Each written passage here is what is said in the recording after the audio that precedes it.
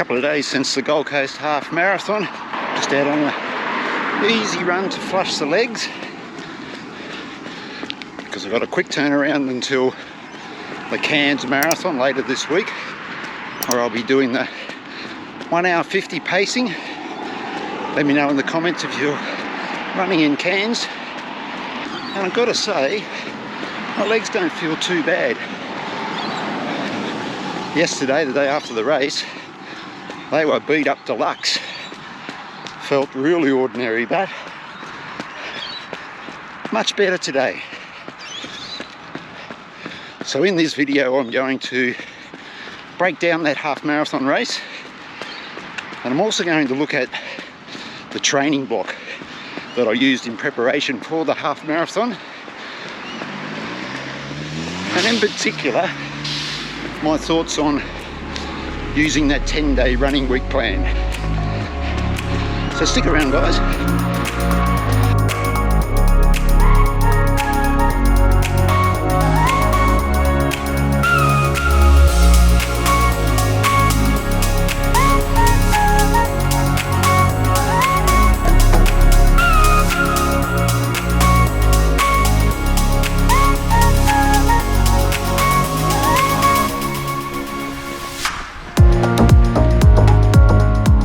Alright, I'll go through quickly the race day, guys, because most of it was in the race vlog in the last video in the 135 series.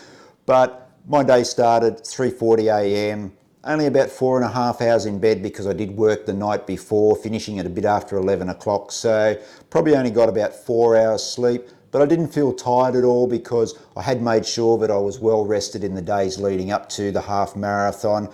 So I don't think tiredness was a factor at all at any stage in the half marathon.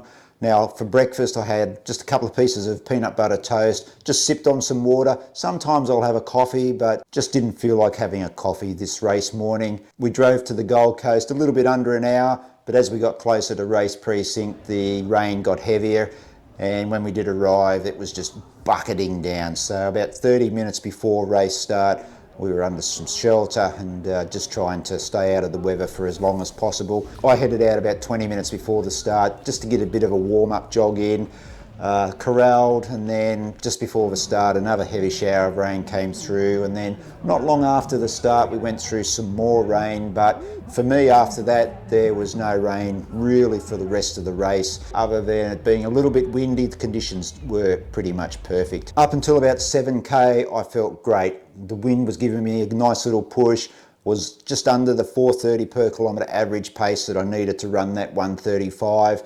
But then at 8k I could just start to feel a little bit of fatigue starting to work into the legs, and then by 10k I really had a decision to make. 10k, 44:39. Legs not good. Tightening up.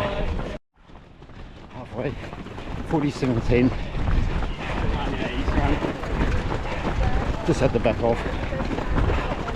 Legs are starting to feel pretty bad. And that's when I said, okay, I've got to pull back a little bit, just drop the pace.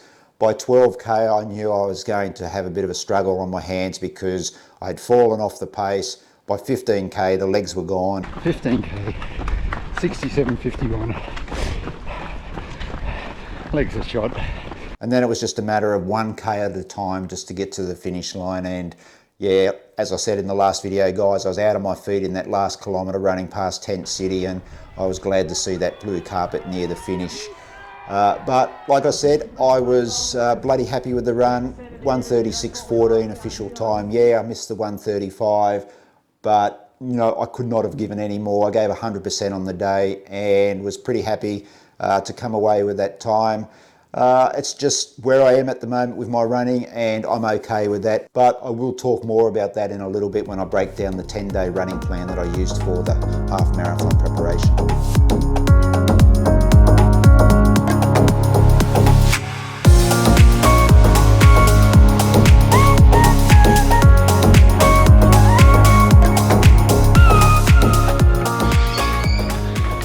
Let's break down the 12-week training block and that 10-day running week plan that I used. Now I was able to use a 10-day plan because my flexibility through working at nights That meant I had mornings to do all my running. Just gave me the flexibility to do different sessions on different days. I didn't have to do, for example, my long run on a particular day. And in that respect, the 10-day running week really did work well. And I think it's a great plan for older runners especially. Just allowed some more easy days between those quality sessions and long runs. And also, just a little bit kinder on the body. Help the body to really recover. Also allowed me to be really flexible too, because I was able to chop and change sessions around quite a bit in the plan, because I had those extra few days up my sleeve.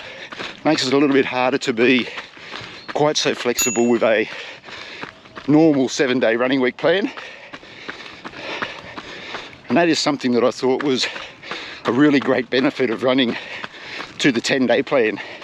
And because I had that flexibility, I was able to lock in a couple of days each 10-day cycle. The Tuesday morning group I run with, those short speed sessions, and park runs on Saturdays. So I built the rest of the program around those 2 days. I think if I was to prepare for a marathon, I would seriously consider using the 10-day plan, just because of those extra easy days in amongst all the quality sessions. But it wasn't all great. I did find myself towards the end of the block really craving some company on my long runs. So in the last few weeks I did do long runs on a Sunday, just so I could run with people. And running with people or groups really does make those long runs so much more enjoyable. This training block really taught me a lot of lessons about myself, my running, and there was a few videos where I did mention that, guys. So let's go through some of those lessons learned. I've got to be completely honest with you here, guys. I was so negative through this training block, and it really did come through in the videos in the series. And I think that negativity was just born out of the frustration of not being able to hit times that I thought were comfortable and were comfortable about 12 or 18 months ago. But yeah, there was just so many sessions in this training block that were failed sessions, or they didn't go well, and it really came across in the videos. So I really need to apologize there, guys. I'm not normally such a negative person in a training block, but it just got the better of me, and I think I made a video about ego, and it was really my ego taking over in the majority of that training block. That frustration spilled over into these videos. Yeah, I'm a little bit embarrassed by that. I learned a hell of a lot from this training block, and that's just another lesson that I have learnt there, and it's acceptance. It's acceptance of where I'm at with my running right at this moment. No good thinking about past glories or past paces or anything like that. It's about accepting what's in front of me at the moment.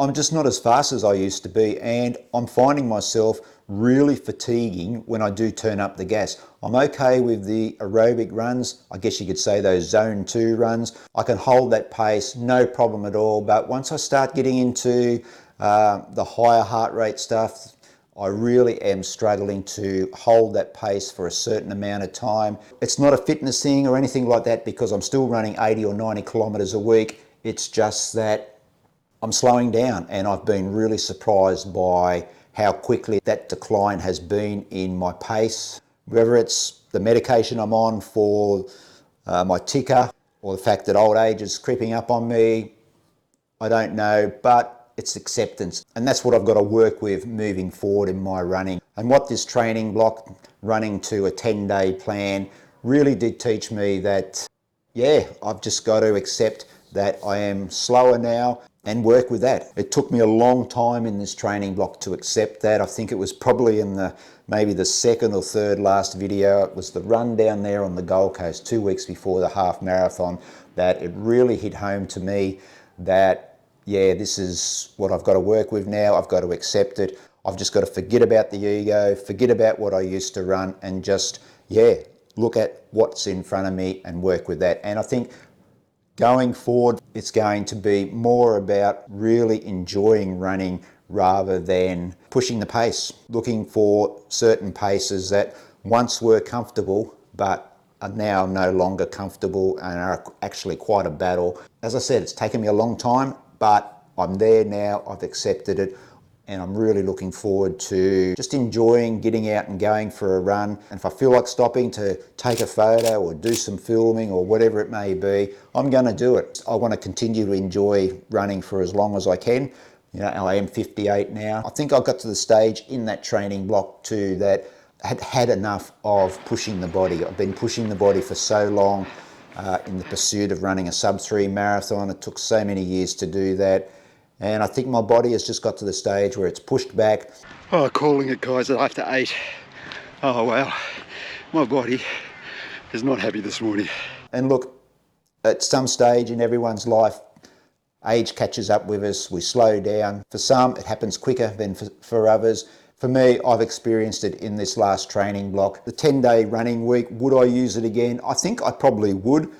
I think I set out there on a recent run that I really did crave some company towards the end of that training block. That's something that probably will influence me on how my running will look going forward. I'm going to take just a little bit of time to work out how that will look. I'm pretty sure I won't use the 10-day running plan again. I will go back to a more traditional 7-day running plan. There was a lot of positives with the 10-day running week plan, and it really suited me because of my work. Working afternoons and into the evenings meant that the majority of my runs were done mid to late morning. So I wasn't tied down to like running a long run on a Sunday, for example. I was able to plan or schedule a long run at any day of the week. But I think where I got a little bit sort of hamstrung with the 10-day plan was that I was very rigid with Saturdays being a park run day and Tuesdays being the speed group that I run with. So I had to work the plan around those 2 days,